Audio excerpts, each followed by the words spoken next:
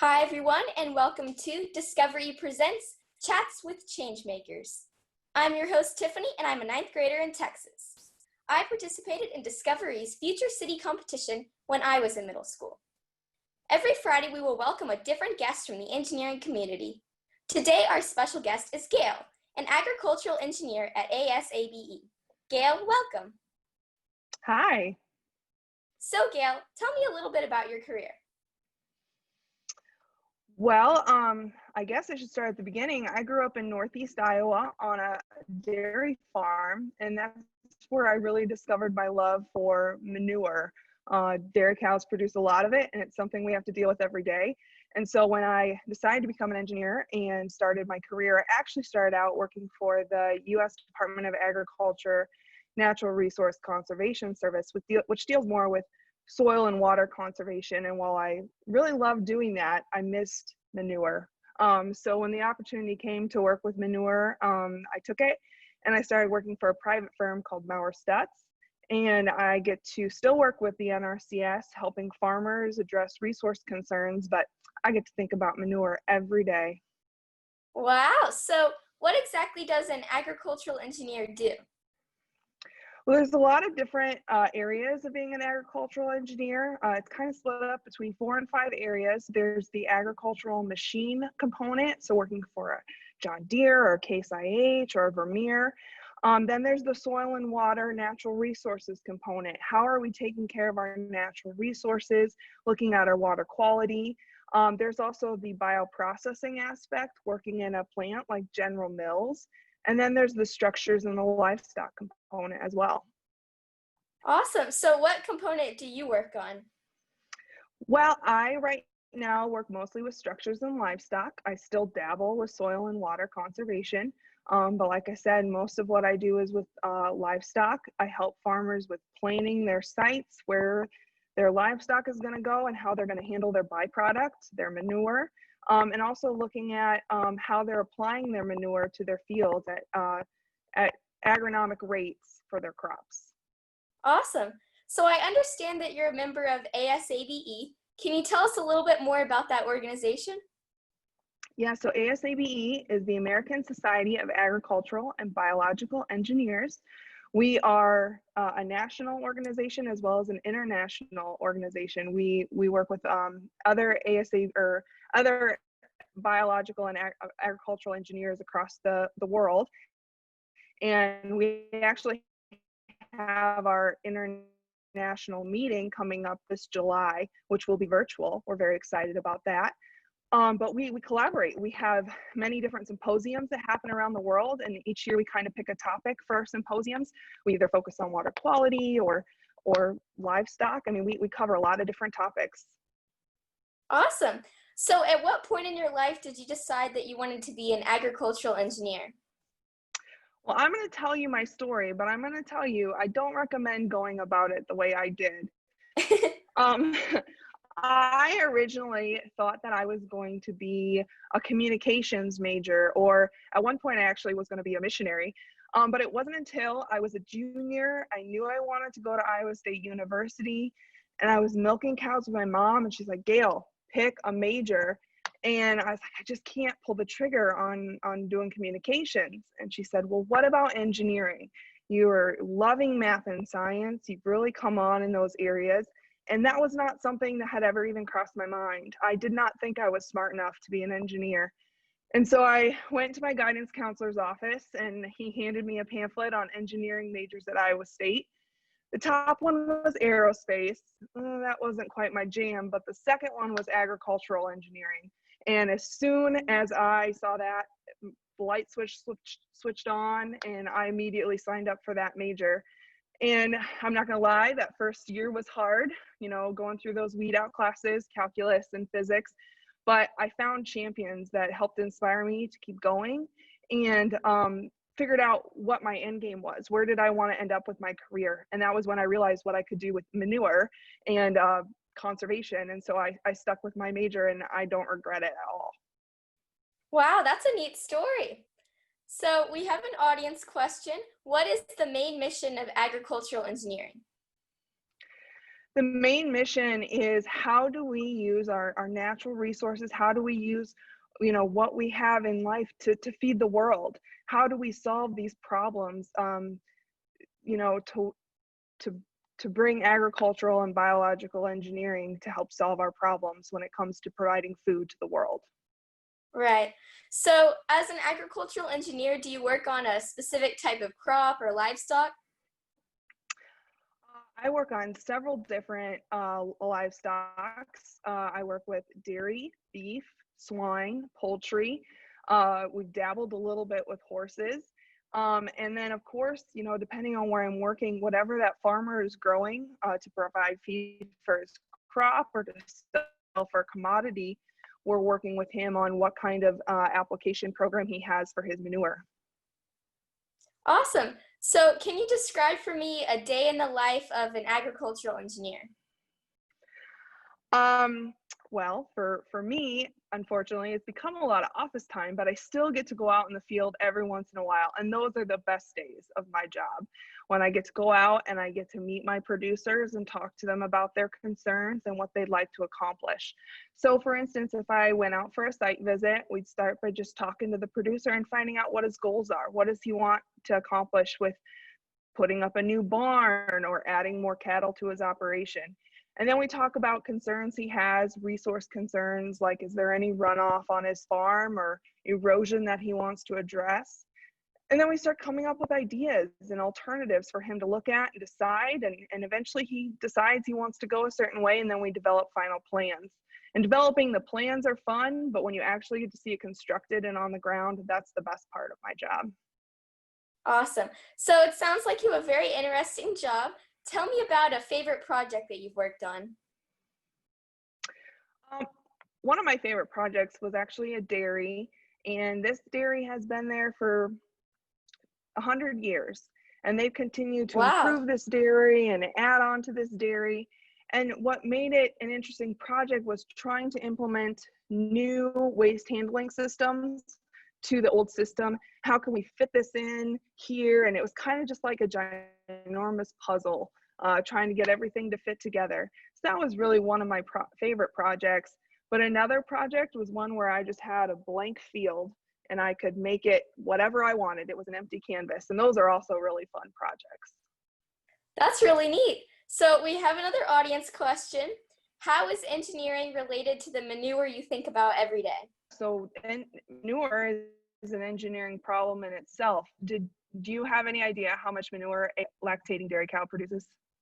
That's a How question for you. much? They can produce up to 18 gallons of manure a day. And that's just one Really? cow. So if you have one dairy cow that produces 18 gallons a day, take that times 100 dairy cows, where are we going to put all of that manure? And so just the sheer volume of manure that a livestock operation can produce, is its engineering problem in itself. How are we going to store it? How are we going to treat it? Is there separation uh, processes that this manure is going to go through?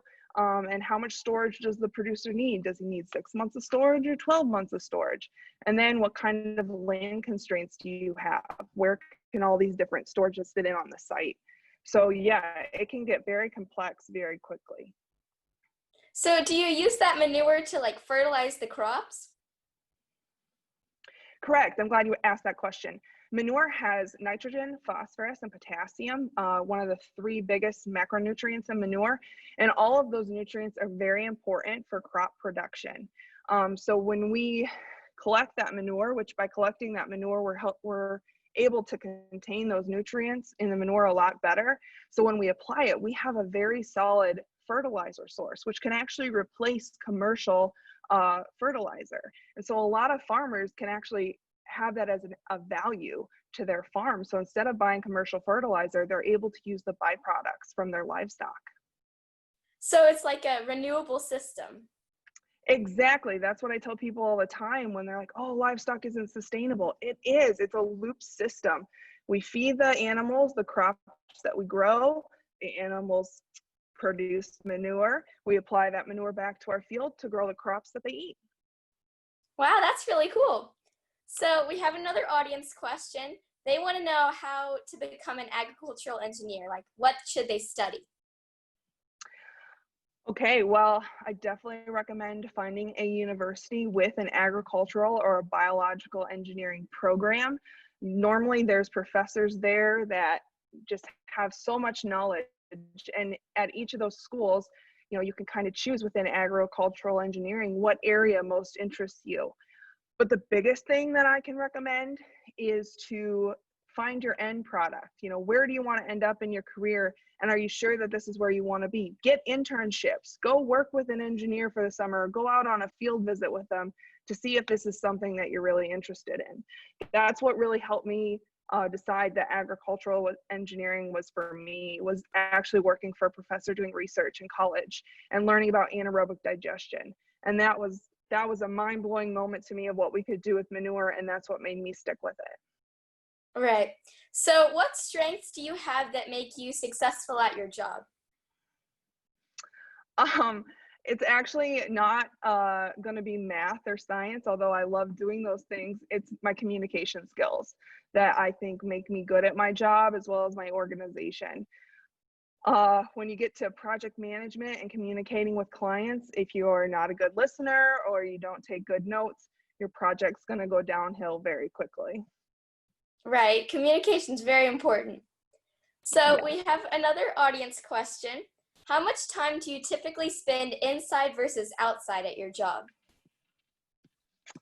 Well, in the summer, I get to spend more time outside, but I would say on average, probably 25% of my job is outside and the rest is Wow. inside. So, I could see how those skills could make you a successful engineer, like communication, you mentioned. So, were there any subjects in school that maybe you struggled with? Oh, for sure, math and science. No, I'm just kidding. But I mean, I had to work hard.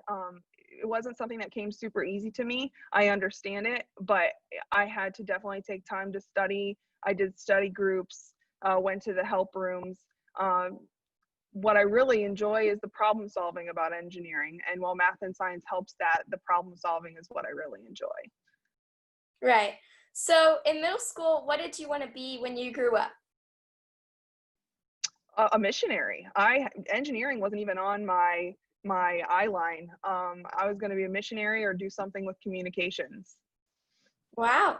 So, what piece of advice would you give to kids who think that they might want to be an engineer when they grow up? Well, I would get involved with things like, I don't know, the future city competition or doing other competitions like bridge building to try out your hand at problem solving and math and science in an engineering setting. Of course, if your high school offers any engineering based classes, to jump on those, because those are indications of if you're going to be good at it. Right. So, what would you tell kids who aren't so sure about engineering or maybe think that they aren't cut out to be an engineer? Have your mom suggest that you go into engineering? No. uh, I mean, again, I never thought I was smart enough to be an engineer, but it honestly, it took me meeting champions to help me realize that this was something that I could do. So if you're not sure about it, find yourself a mentor, find somebody that helps to encourage you to keep going. Right. That's good advice. So, in what ways does your job encourage you to be a change maker? I think what encourages me is the changes that we help livestock producers make. A lot of times when I talk to producers, they know that they have issues on their farm that they want to correct, they want to fix, but they just don't know how. And when it's done, when the project's complete and the producer's like, yeah, this makes so much difference and we're very happy with it. And, that's really the inspiration that makes me want to keep going with my job. Yeah. So, we have another audience question. How has the health pandemic impacted your work recently? Well, I have been working from my home instead of my office. So it's been different not being around my team members because we used to work in a big office together and we just shout at each other across the room ideas and questions. So that's been different. But luckily, I've still been able to go out and visit my producers, of course, staying 6 feet away from them. Because agriculture, at least in Illinois, has been deemed an essential job. And so we have been able to keep going and keep helping producers through this pandemic. Right. So now I'd like to transition to talking a little bit more about the field of agricultural engineering. What are Mhm. some of the engineering innovations involved in the design or function of farms? Well, I'm going to keep going back to dairies because, well, I grew up on a dairy farm and they're very interesting. But one really neat project on engineering farms that a lot of farmers are going to is adding robots, robotic milkers to their farms. And this helps them Wow. for yeah, a lot of different reasons. From a labor perspective, they don't need as many people around to help milk cows, to a cow health perspective. Cows love to be milked. They love to go in and be milked. That's therapeutic to them. And the more they get milk, the more milk they actually produce. So by having these robots, these cows can choose when they want to go be milked, and they can get milked up to 5 times a day. And then they go back to their feed and they lay down. They're the queens, man. Dairy cows are treated like princesses.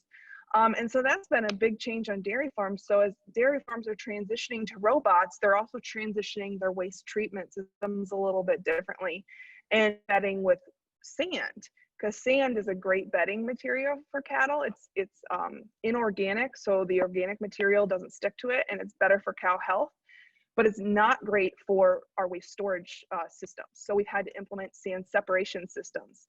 And so a lot of these barns become flush barns where they are flushed with water a couple of times a day. The water gets dropped into a pipe that gets outletted to a sand settling lane. That water slows down just enough to drop down out the sand, and the solids in the water keep going. And then we'll drop out the solids a little bit more in some settling basins before it gets to our holding ponds. And by the time it gets to our holding ponds, all we're left with is some dirty water that we can reuse to flush our barns. So again, reusable system. And the sand can be reused for bedding. That's really cool. So we have another audience question. Can you talk more about the agricultural engineering curriculum? Do you have like a favorite class? So your first 2 years, you're going to spend a lot of time doing, the calculus classes, physics, kind of your general engineering classes. As you get into your later years, you're going to get to do, I call them the fun engineering classes, where you get to kind of dig into more of what you would do in your job. So one of my favorite classes was a structures and ventilation class that I took my senior year, I think it was, where we just dug into how livestock buildings work. Some other classes I took was an electricity class where we had labs and had to do, circuits and things like that. I almost burnt my classmate's hand off. So maybe Really? electricity wasn't my best class, but forgot to turn the breaker off. But anyway, yeah, so there's a lot of classes in the later part of your curriculum that really delve into more of, say you pick agricultural engineering or mechanical engineering, that dig into more of what you would do in your career. Right. So those must have been really fun then. Yes. So we have another audience question. It seems like a lot of your work involves visiting producers. What type of work do you do when you're in the office? So in the office, in between fielding phone calls and questions and clarifying any design criteria that I might have with the producer, it's doing calculations for the project that we're working on, or working in AutoCAD and Civil 3D, doing site plans. We'll do grading to map out, elevations and where different components will be sitting on the site. I'll also be working with our structural engineers that we have in our firm to develop the structural components of the design. And one thing that we really have to consider, depending on the size of the site, is the stormwater. Because whenever you take an open field and all of a sudden we're turning it into a dairy farm, you're going to have a lot more impervious area, or area where rain can't infiltrate into the ground. And so we have to take that into account. And so we do stormwater calculations to make sure that we're not increasing the flow from the site. Right. So earlier you mentioned robots milking cows. Are there like any autonomous vehicles that may affect the agricultural industry? That's definitely a big movement that's coming up. already on dairy farms, they have robotic feed pushers that run in and out of the barn, just go through and push the feed up every day. But they're also coming out with robotic tractors. So yes, Wow. so the autonomous robotic is definitely moving into the world of agriculture. Right. So you've mentioned a lot about these cool technologies. What do you think is the future of agriculture? The future of agriculture is going to be to find ways to produce more food with less natural resources, less land mass. Population is going to keep growing. Also looking at our water quality. How do we solve the water issues of making sure that we have enough water for all of the population? Right. So what do you do to keep like soil for crops sustainable? One of the other big components of manure, I can't believe I didn't mention, is organic matter. And when we apply manure to soil, we're adding organic matter back into the soil, and that helps to keep the soil structure and keep the soil productive. If you're not adding that organic matter back into the soil, that gets depleted and your soil becomes less and less productive. Right. So do you see us transitioning to entirely chemical fertilizers in the future, or do you think we'll always continue to use manure? Oh, I think we should continue to use manure. It's organic. Right. So we have an interesting audience question. Why were there food shortages during the coronavirus? Oh, that's a very complex question. But I will answer it with this. It came down to our supply chains. And for instance, not a lot of, some plants that would produce meat were specifically for restaurants. And when all of our restaurants got shut down, they weren't capable of switching over to supply food for grocery stores. So that was a part of it. And there's a lot of other parts. And it's a very interesting question to talk about our supply chain. And I'm sure that we'll be hearing a lot more about that throughout this year. Right. That's very interesting. So I want to transition to some fun and random questions. If you could have any superpower, what would you choose and why? Okay, so you know how when you're working on a project and you screw up and you hit Control Z or the undo button? I wish I had that in real life. So like when I do something, I could just undo it really quick. That's a very unique answer. I haven't heard that one before. So, what is something we wouldn't know just by looking at you? Do you have any hidden talents or interests? Well, I play the piano. I have a 3-year-old daughter who keeps me on my toes. And she has recently acquired 7 outdoor cats. I'm really a dog person, but we have a lot of cats. We call it the 7? Baker Cat Ranch. Yes. They're Wow. all strays, all adopted from the local vet clinic. Oh. My heart was just too big. So, if you could have a time machine, what time period would you choose to visit and why? This goes back to one of my childhood heroes growing up was Laura Ingalls Wilder. Do you know who Laura Ingalls Wilder is? No. She grew up in the time period where we were settling North America, and she moved around the Midwest a lot. And so she wrote about 9 books. She actually wrote them from the time she was 3 years old. She can remember that far back. And Wow. I got inspired by her in 2nd grade, and she was my childhood hero. So if I could go back to any time period, it would be that settling time period. That was a really neat time period. And again, that kind of just goes back to how we had this huge land mass that we started to settle, and those folks had to be pretty innovative, living out in the prairie all by themselves. Right. So, this is our last question. What is the most rewarding aspect of your job? I think I kind of already stated this, but just seeing the end product and seeing how happy that producers are with the changes that we've made in their operations, the improvements they've made. And a lot of times it's not just the